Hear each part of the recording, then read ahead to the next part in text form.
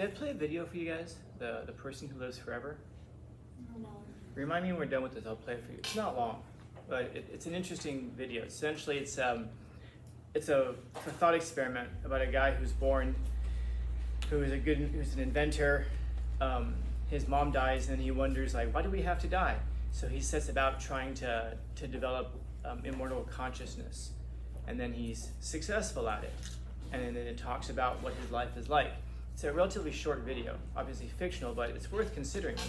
When we think about, like, we're going to die someday, and that's a terrible thing for most of us to think about. But what's the alternative? That we live forever? And then I wonder how many of us would be content with that as well.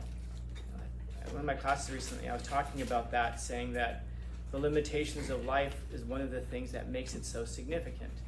The fact that you can die tomorrow or 100 years from now, it's still a really short life.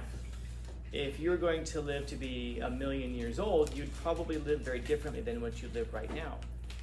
In other words, if I told you that the money that was in your pocket was all the money that you would have for the rest of your life, there's still a lot of uncertainty there. Like let's say you didn't know how much money was in your pocket. Say I put some money in there but didn't tell you how much it was.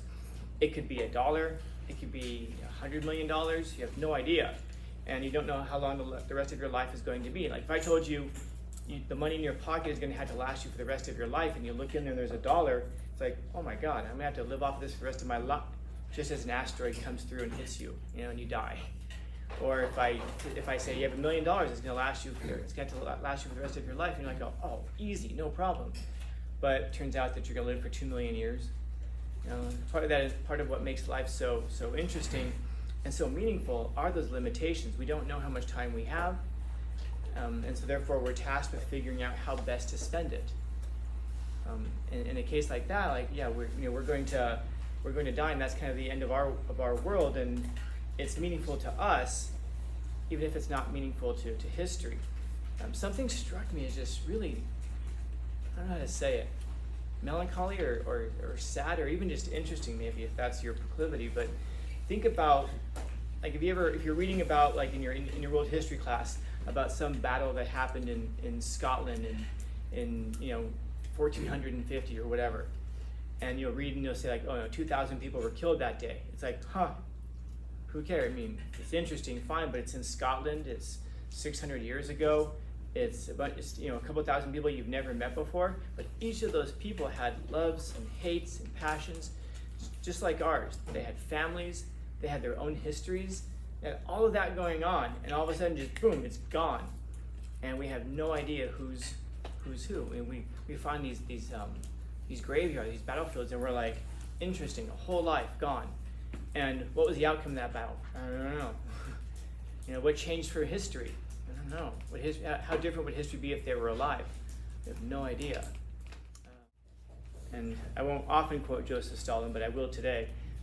Stalin said that the death of one person is a tragedy, but the death of 1,000,000 people is a statistic. For some reason, when one person dies, it bothers us quite a bit. But we'll read about, like, the Holocaust, and it'll be like 6 million people, and we're like, that sounds like a lot. You have no idea. You have no idea. Think about your grandparents, and think about your grandparents or your great grandparents, and then think about your whole family, like all of your uncles and aunts, cousins, brothers, sisters, nephews. Think about how many people have sprung out from just like 2 people. Your great grandparents or your grandparents. Now think about that multiplied by 6 million. And you realize how much the world was changed by that. It's incredible. But it's a nice thought experiment. But at the end of the day, it probably doesn't move any of us. And yes, I mean that at the end of the day. At the beginning of the day, we don't even think about it. At the end of the day, it doesn't really move us. Yeah. I have a random history. By the way, that's a great way to sound smart. Just remember, like, strange facts that nobody else knows, and you can just, like, spout them out, and people are like, I never knew that. The youngest victim on the Titanic was 8 months. Really? Huh? And they figure you must, like, know a lot about it. Because, if you know that, you probably know everything about everything else. Just know the random facts. I used to have a book called 20th Century History with the boring parts left out. I didn't understand the difference between that, though, and every other history book. Because history is pretty much the highlights. Like we had up here, like, you know, like American history, how we treated Native Americans, the Civil War. Is there any country on earth, I wonder, if you went to go research it, would find a history that's any different from American history? And when we look at, you know, I mean, obviously, you know, English history, or even if you look at Ethiopian history, I mean, that's pretty much the history of mankind. It's not necessarily the history of any one country, it's the history of all of us. What do we do to people who are less advanced than us? Well, we wipe them out. Why? Because they've got cool stuff and we want it, even if it's just land. What's that? Instinct. Yeah, I mean, that is kind of, I mean, it's interesting that we'll say that we're just animals, and then we'll get mad at people for acting like animals. The lion chases after, does the lion chase after the fastest gazelle to challenge itself? No, it chases after the weakest one. Why? It's easy. It's easier targets. I was just, there's a really famous, I mean, not famous, tiger from Nepal. If you go look this up, I'm trying to remember the thing's name. They actually named it. It was responsible for killing 436 people, human beings. It's just 8 people. That's really rare, by the way. Tigers don't usually eat people. And this thing ate 436 of them. What's that? Wasn't it like injured and weak or something? Because that's like the main reason for man-eating animals. Yeah, so after that, they brought in a specialized hunter who had killed already 20 other man-eating animals.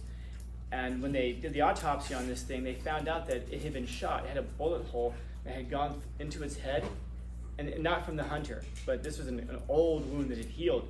It went through its head and knocked out a bunch of its teeth. So why was it hunting humans? Because a human shot it, and it didn't have the jaw strength to eat the other animals that it normally would eat. Humans were just an easy target, and it's easy to eat humans, so it started eating humans. It wasn't trying to seek revenge. It didn't have like a special hatred for human beings. It was hungry, probably because it couldn't catch anything else. It probably came across a kid or an old person, ate it, and was like, well, that's easy. And then went off and kept eating humans. This is just kind of what we do in nature. And yet we get really angry about like one group's treatment. This is just like what we do. And by the way, as we're looking right now at whether or not we should be reaching out and trying to contact aliens, maybe we should keep this kind of stuff in mind, because there's no reason to believe that aliens wouldn't be the exact same way. You know, it's funny how we're broadcasting our signals constantly, saying, hey, look, here's where we are. You know, we literally sent out probes into space. We have literally sent radio transmissions out there telling the galaxy where we are and what we look like, and, you know, making actual like space maps to say, here's how you can come find us. And I wonder what would have happened if the Indians had done that.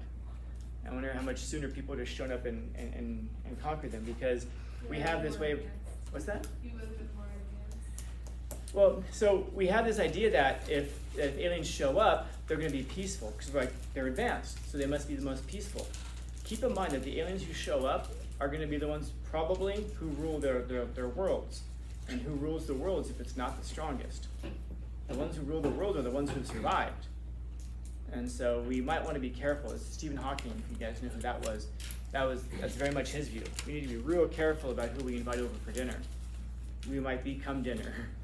Yeah. Oh, like, I do agree with that, but they're probably way more different than us, you know? Like, their body could be made of something else. They could be allergic to stuff that we eat or, you know, like, use on a daily basis.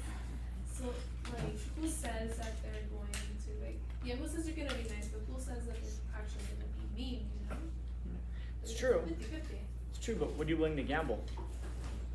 No, never mind. Because that's really what it is. It's a gamble. And I think that way of thinking is what makes us human. Yeah, it might be. Well, we'll certainly know. If we ever meet aliens, we will find out what makes us humans. Because we'll be able to look at them and then look at ourselves and go, here's the differences between us. And I really wonder what would happen. That's one of the questions that we're looking at. What do you think would happen if they showed up? How do you think that would change humanity? And I think it'd be a heck of a question. Yeah, Emily.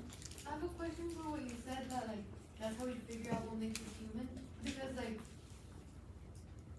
wouldn't we be able to find that out with like an animal, you know? Cause like I feel like what makes an alien like, what makes us human and what makes an animal, and what makes an alien, you know? Like, why can't alien also be, you know, like another just species of animal? Like, how would we See- like, figure out how that makes us human? So you want to barbecue them? I mean, like, I wonder how many of us would be like that. It's an alien. Well, it's not a person, right? Let's eat it. Let's see what happens. See what it tastes like. No, you're right. Because the easy answer to that would just say, oh, it's DNA. But there's one thing that we would have in common with the aliens that we won't have in common with the animals on this planet, which is sentience, self-awareness, intelligence. And so maybe if we came across another species in the universe that also had intelligence, sentience, what we think of it, and then we could compare ourselves on those grounds. Because for what it is to be human, we can make it really reductive and just say it's DNA, and they go, oh, okay, yeah. But then that just talks about us being as an animal. That doesn't talk about the really important characteristics, which we tend to think of as being specifically human. Like what's the history of gorillas? Who was the first gorilla? We have no idea, because gorillas don't write history. We don't, fish don't write history. But as humans, we do. And that means that we're able to conceive of ourselves in this timeline of past, present, and then really, really deep, and we don't give enough credit, the ability to consider ourselves in the future. And so it'd be interesting to come across some aliens and see those differences. Like again, we have this idea that, if we come across, the most advanced species in the world, and the universe, are going to be the ones that are most peaceful, because they'll be cooperative. I don't know, is cooperation, well, you guys tell me. You guys like group work? I bet if I ask you to rate group work on a scale of 1 to 4, who likes it and who hates it, I bet that those of us who have A's would hate it.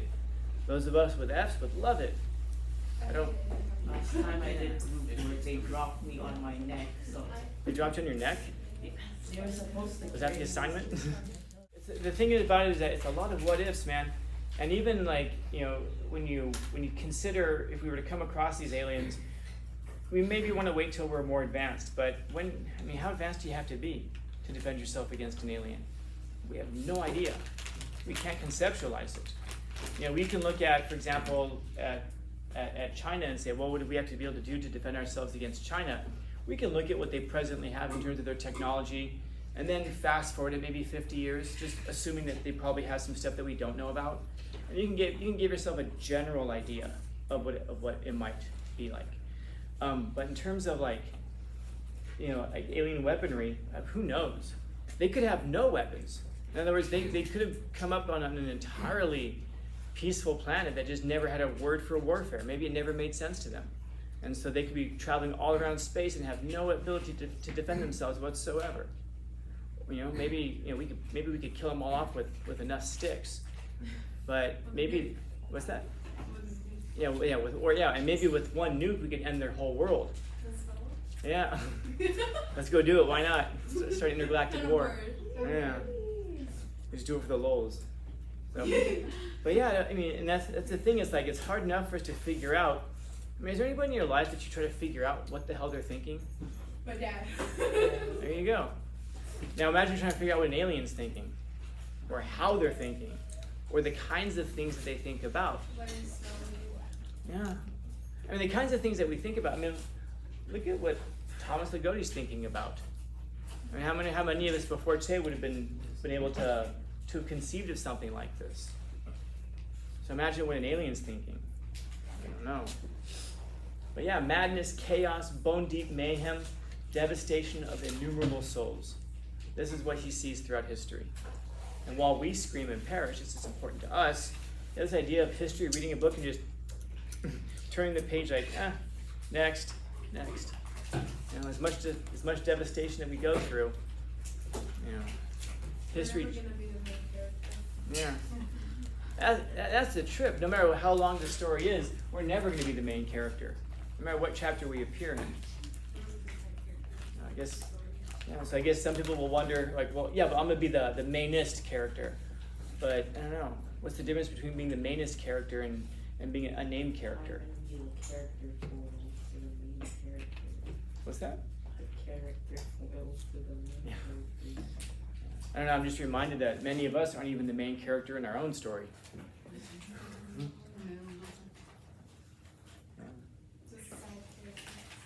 Questions, comments, concerns, complaints, criticisms, critiques? Yeah, Do you consider yourself a main character? that's a good question.